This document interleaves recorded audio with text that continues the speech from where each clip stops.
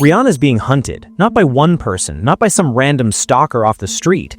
People are now saying there are multiple hitters, multiple people who have been trying to get to her, and the evidence is piling up in a way that has the entire internet losing its mind right now. Jason Lee just went on record, and what he revealed changes everything. Everybody thought they had this story figured out. One unhinged woman, one shooting, one arrest, case closed, right? Ivana does the crime, Ivana does the time, and we all move on. That was the neat little version everybody was passing around. One crazy person, one isolated incident, nothing deeper to see here. But then Jason Lee opened his mouth, and now the whole narrative is twisting into something way darker.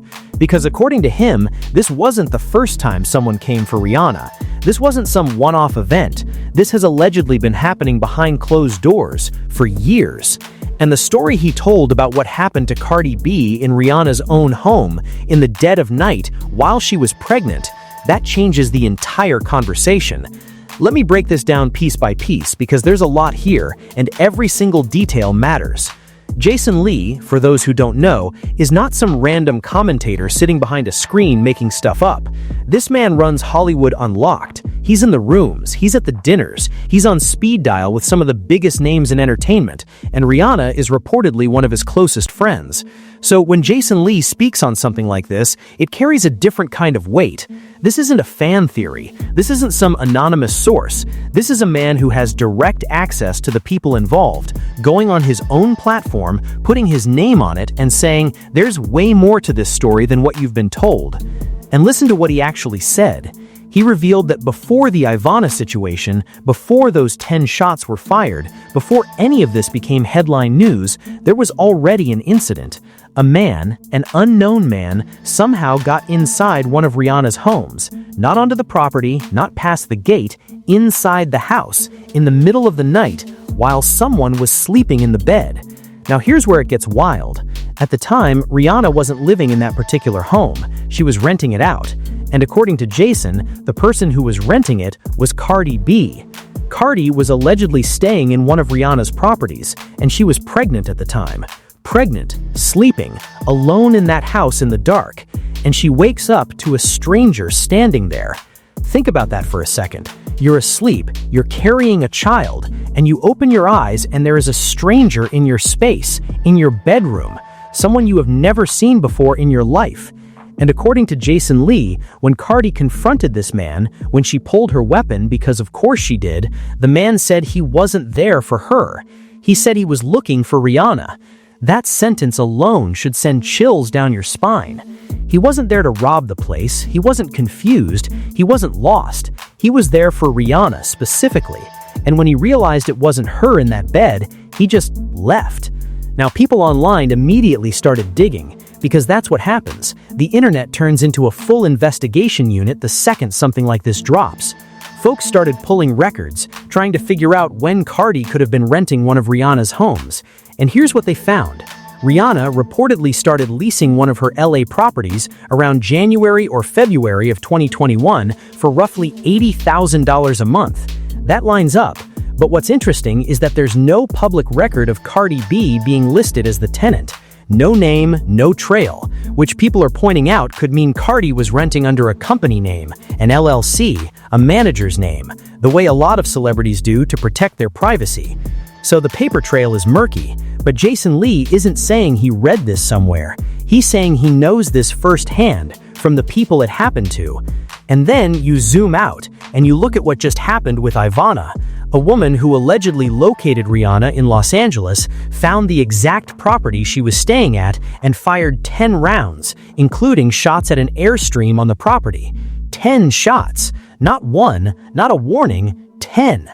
And fans online started connecting dots.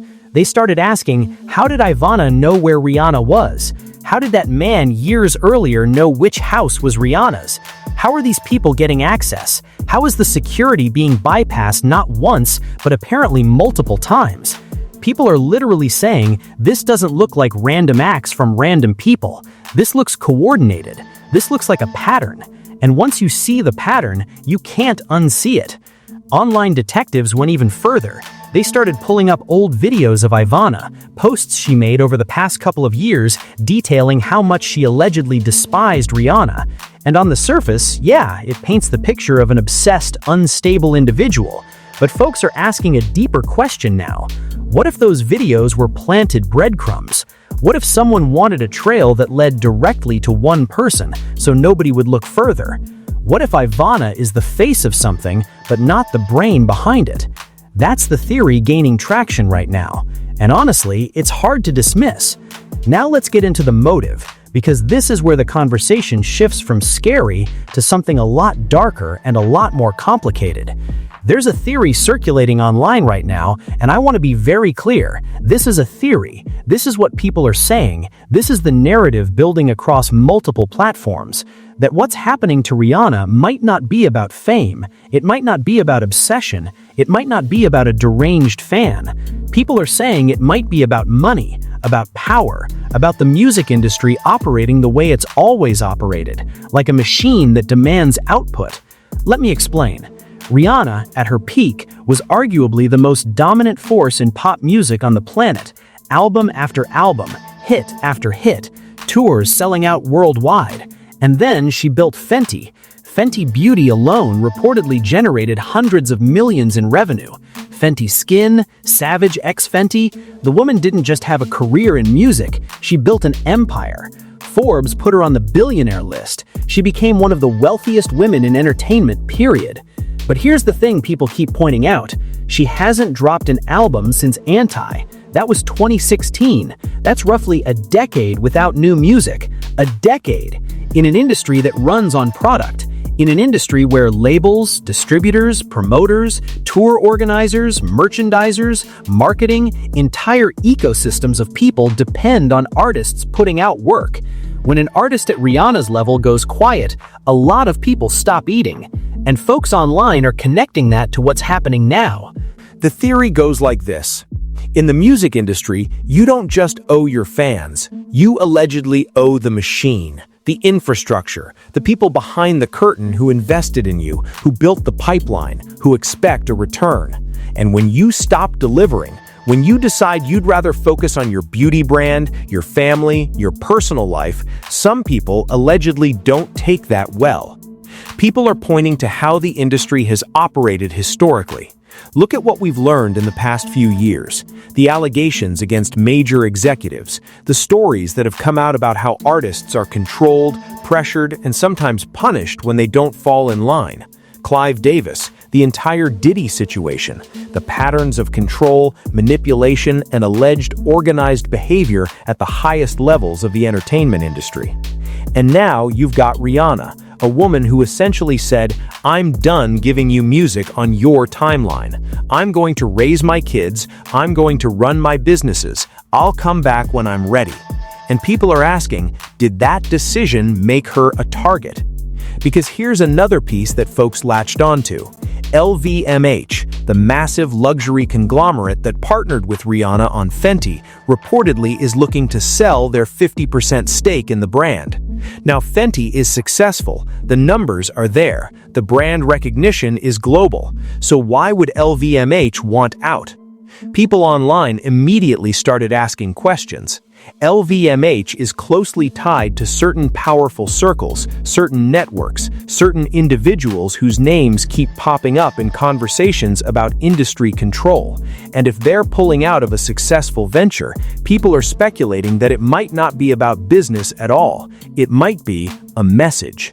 Now, I want to be very clear. This is speculation. This is what people are theorizing. Nobody has confirmed any direct connection between LVMH's business decisions and the threats against Rihanna. But the timing is what has people on edge, because it all seems to be converging at once. The shooting, the intruder from years ago, the LVMH news, the court proceedings moving suspiciously fast, Ivana applying for a plea deal and then withdrawing it, the 10 charges she's facing, the fact that she was able to locate Rihanna with apparently terrifying ease.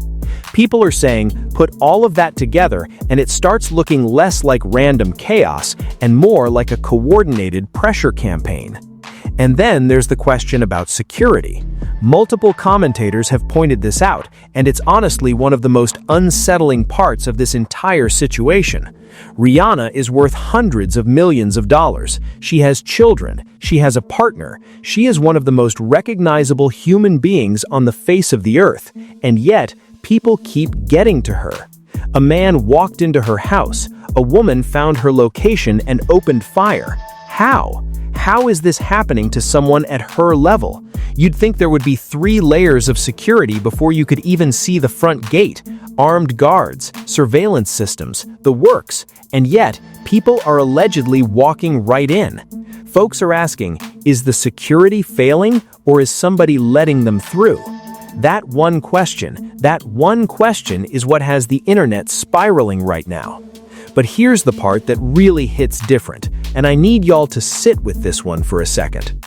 Forget the theories for a moment. Forget the industry talk. Forget the money, the power plays, the speculation. Just think about what this actually means on a human level. Rihanna is a mother. She has young children, babies, and somebody fired 10 shots at the place where she was staying. 10 rounds. And this apparently isn't even the first time someone has come for her. There was already an intruder, already a man in her home, already a situation dangerous enough that Cardi B, who was pregnant at the time, had to reach for a weapon in the middle of the night just to protect herself and her unborn child. Think about what that does to a person. Think about what it feels like to know that no matter how much money you have, no matter how many gates surround your property, no matter how famous you are or how many bodyguards you hire, someone can apparently still get to you. Someone can still find you. Someone can still show up in your bedroom at 3 in the morning and say your name like they own you. That's not just scary. That's the kind of thing that rewires your brain. That's the kind of thing that makes you never feel safe again. Not in your own home. Not with your kids sleeping down the hall. Not anywhere. And Cardi B, let's talk about her for a second. She was pregnant. She was sleeping in what she thought was a secure location, one of Rihanna's own properties, and she woke up to a stranger standing in the room who said he was looking for someone else. Can you imagine that level of violation, that level of fear? You're carrying a life inside you, and there's a man in your space who shouldn't be there, who got past whatever security existed, who walked right in like it was nothing. Jason Lee said Cardi had her gun, said she was from the Bronx, she carries, and thank God she did, because who knows what would have happened if she hadn't? Who knows what that man's intentions were? He said he was looking for Rihanna and he left, but what if Rihanna had been there? What if it wasn't Cardi in that bed? What would he have done? That question is haunting people right now. And then you look at Rihanna's face in the photos that surfaced after the Havana shooting. You look at her expression, you look at the way she's carrying herself, and you realize this woman has been dealing with something that most of us can't even comprehend. The weight of knowing that people are coming for you, that your name is in somebody's mouth for all the wrong reasons, that your address, your location, your movements, somebody out there has them, and they're not a fan. Jason Lee, her close friend, said he would vote for the death penalty for Havana. He said he wouldn't care. He said it with conviction, with fury, with the kind of raw anger that only comes from watching someone you love be terrorized. And people believe that those aren't just his words. People believe he's echoing what Rihanna herself is feeling. The rage, the frustration, the fear masked as fury. Because what else can you do when someone keeps coming for your life and the world treats it like entertainment?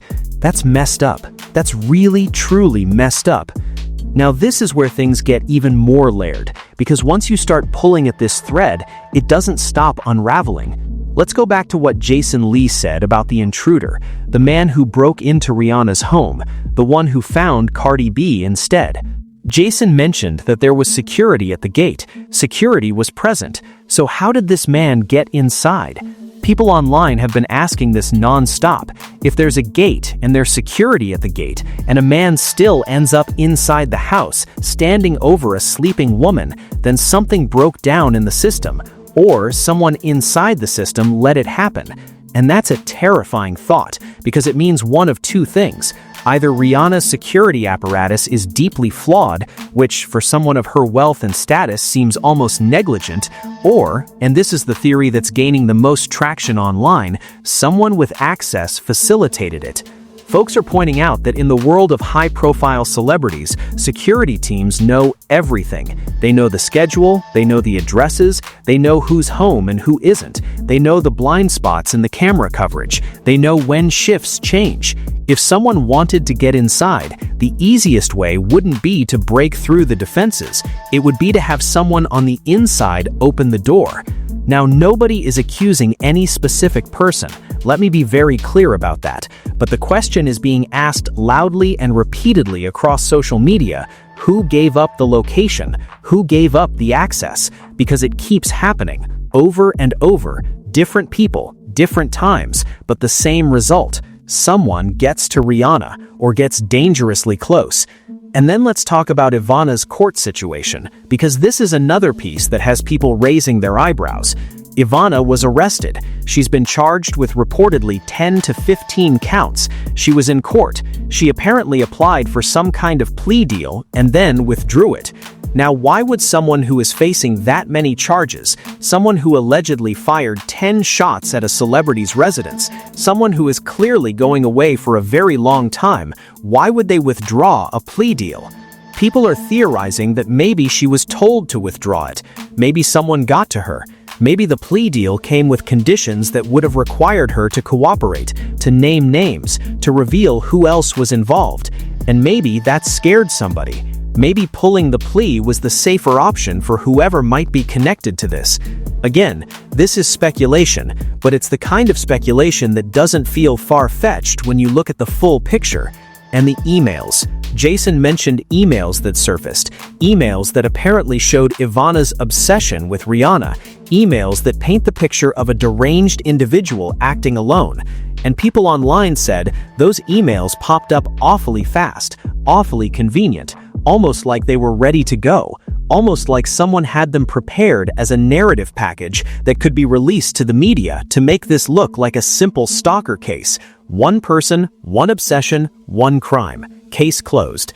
But Jason Lee is saying no. He's saying this goes deeper. He's saying Rihanna has had a target on her back. And that word target, that's not a word you use lightly. That's a word that describes something organized, something intentional, something that has been in motion for a while. And let's circle back to something that was mentioned earlier because it deserves more attention. Jason Lee is friends with both Rihanna and Cardi B. He's in both circles. He has access to both sides. And the fact that he's willing to go public with this information, the fact that he's putting this story out there on his own platform with his own face attached to it, tells you something about how serious he believes this is. Because Jason Lee is messy. Let's be honest, the man loves tea. He loves drama. He loves being the one to break the story. But there's a difference between celebrity gossip and what he's describing here. What he's describing is attempted harm. What he's describing is break-ins, hired threats, organized intimidation. He's not spilling tea for clicks. He's sounding an alarm. And the fact that multiple commentators are now picking this up, the fact that people across YouTube, across Twitter, across every platform are echoing the same concerns, tells you that this isn't going away. People want answers. How did the man get into the house? Who sent him? Is Ivana connected to whoever sent him? Are they part of the same operation? Who benefits from Rihanna being scared into compliance? Who benefits from Rihanna feeling unsafe enough that she might start doing what she's told? Those are the questions bouncing around the internet right now, and nobody has answered them yet. And you know what makes this whole thing even more unsettling? Multiple people have pointed out how bizarre the security failures are for someone at Rihanna's level. Think about it. We're talking about a woman who is worth, by most estimates, well over $1 billion. She has a beauty empire, she has a fashion empire, she has a music catalog that generates millions in royalties. She has a partner in A$AP Rocky, who himself is wealthy and well-connected. Between the two of them, there is no shortage of resources. And yet, a man walked into her house, a woman found her and opened fire. The security failed repeatedly. One commenter put it perfectly. They said, Get a smaller house, get more land, get 2 people at the front door 24/7. That's maybe $10,000 a month for round-the-clock protection. What good is having all that money if you're not using it to protect yourself and your family? And that's a fair question, but it also opens up another possibility that people are discussing. What if the issue isn't that Rihanna isn't spending on security? What if the issue is that traditional security can't protect you from the kind of threat she's allegedly facing? Because if the threat is coming from inside the industry, from people with resources, with connections, with the ability to find anyone anywhere, then a couple of guards at the gate aren't going to cut it. People compared it to other situations we've seen in the entertainment world. Artists who were allegedly targeted by industry insiders, musicians who had suspicious things happen to them right around the time they were pushing back against their labels or their handlers. The patterns are there if you're willing to look. And let's not forget, this is all happening in the context of a much bigger cultural reckoning. The past few years have exposed how deep the rot goes in the entertainment industry. The allegations, the arrests, the revelations about what goes on behind closed doors at the highest levels. People are more aware now than ever before that the industry doesn't operate the way we were told it does. And so when something like this happens to Rihanna, people aren't just accepting the surface-level explanation anymore. They're digging, they're connecting, they're asking the questions that would have been dismissed as conspiracy theories 5 years ago, but now feel disturbingly plausible. Jason Lee specifically mentioned the idea that the music industry operates like a mafia. Those were the words used, a mafia, an organized group of crime, and he tied that directly to what's happening with Rihanna. The suggestion being, when you're inside that machine and you stop producing, you stop generating, you stop doing what the machine needs you to do, the machine doesn't just let you walk away, it comes for you. Now, some people are pushing back on this. Some commentators are saying that this is a reach, that Ivana is simply a disturbed individual who acted alone, and that the intruder from years ago was a separate, unrelated incident. And that's fair. That's a reasonable position. Not everything is a conspiracy. Not everything is connected. Sometimes a crime is just a crime. But the people who believe there's more to this, they're not letting go.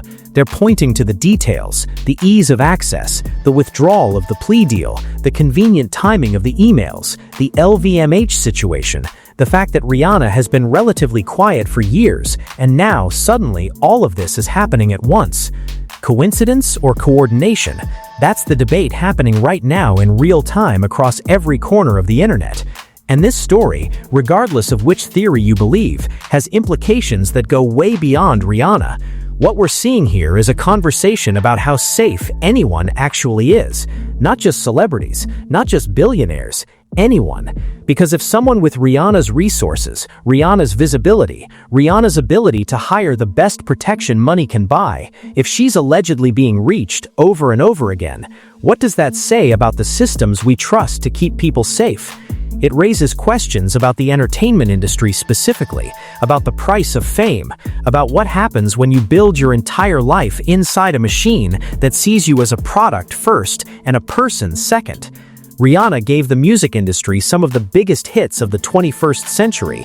She built brands that changed entire categories. She made people billions of dollars. And the theory that's floating around right now is that none of that loyalty goes both ways. That the moment you stop being useful, you stop being protected, and you might even become a target. That's a chilling thought, and it's not unique to Rihanna.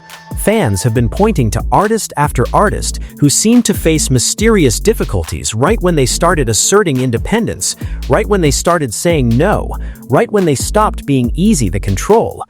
There's also a bigger conversation here about what it means to be a woman in these industries. Rihanna is a mother. She made a decision to prioritize her family, her pregnancies, her children. She stepped back from music not because she failed, but because she chose life over output. And if the theory is even partially true, if any part of the pressure she's allegedly facing is connected to that decision, then we're talking about a system that punishes women for being human. People online are also talking about the justice system's role in all of this. If Ivana goes down quickly, gets sentenced, and the story ends, a lot of people are saying that's by design, that a fast conviction means fewer questions, fewer investigations, fewer people looking into whether this was truly the act of one person or the visible tip of something much larger. And honestly, the speed at which this is moved through the courts is raising eyebrows. From the arrest, to the charges, to the plea deal, to the withdrawal, to the current proceedings, it's moving fast, very fast. And when things move that fast in a case this high profile, people start wondering who wants this to be over with quickly, and why. The hope is that the truth comes out, whatever it is, whether Ivana acted alone or didn't, whether there's a network or there isn't, whether the intruder from years ago is connected or isn't. The hope is that someone with the authority and the resources to dig deep actually does the digging, because right now, all we have are questions, a mountain of them, and every answer seems to generate 3 more.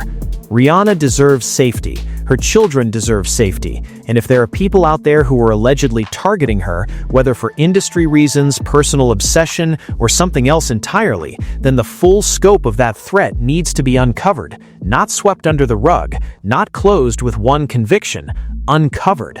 So where does this all leave us? Here's what we know. 10 shots were fired at a property where Rihanna was staying. Ivana has been charged with multiple counts. She applied for a plea deal and then withdrew. Jason Lee, one of Rihanna's closest friends, revealed on his podcast that a man previously broke into one of Rihanna's homes while Cardi B was sleeping there, pregnant, and that man specifically said he was looking for Rihanna. LVMH is reportedly looking to sell its stake in Fenty, and the security around one of the most famous women in the world has allegedly been breached more than once. Here's what we don't know: whether Ivana was acting alone or with others, who the man in Rihanna's house was and who sent him, whether there's a connection between the two incidents, whether the LVMH situation is related, whether anyone in Rihanna's orbit has been compromised, whether the plea deal withdrawal was her decision or someone else's.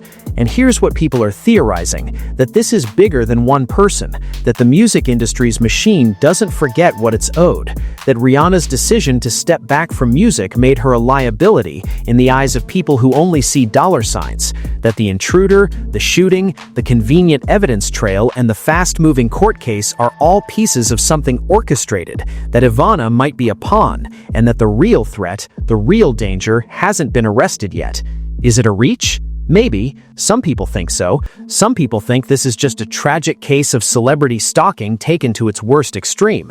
And they might be right. But Jason Lee doesn't seem to think so, and he's the one who knows these people. He's the one who was told these stories firsthand. He's the one who looked into the camera and said, "There's more to this, much more." And until someone proves otherwise, a lot of people are going to keep asking questions. A lot of people are going to keep digging. A lot of people are going to keep watching every court date, every filing, every new piece of information that drops, because something doesn't add up. And when something doesn't add up, the truth is usually hiding in the gap. Stay locked in, because this story is nowhere near over. More details are going to drop, more people are going to talk, and the court proceedings alone are going to reveal things that we haven't even considered yet. This is one of those stories that's going to unfold over weeks and months, and every twist is going to reshape how we see the whole picture.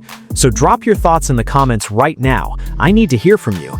Do you think Ivana was acting alone, or do you think there's a bigger network behind this? Do you think Jason Lee's revelation about the intruder is connected to the shooting? And do you think Rihanna's stepping back from music has anything to do with what's happening to her now? I want to hear every theory, every thought, every angle you've got, because this community, y'all don't miss. Y'all catch things that the mainstream misses every single time. And the conversation in these comments is always where the real analysis happens. Make sure you smash that like button, hit subscribe if you haven't already, and turn on those notifications, because when the next update drops, and it will drop, you're going to want to be the first to know.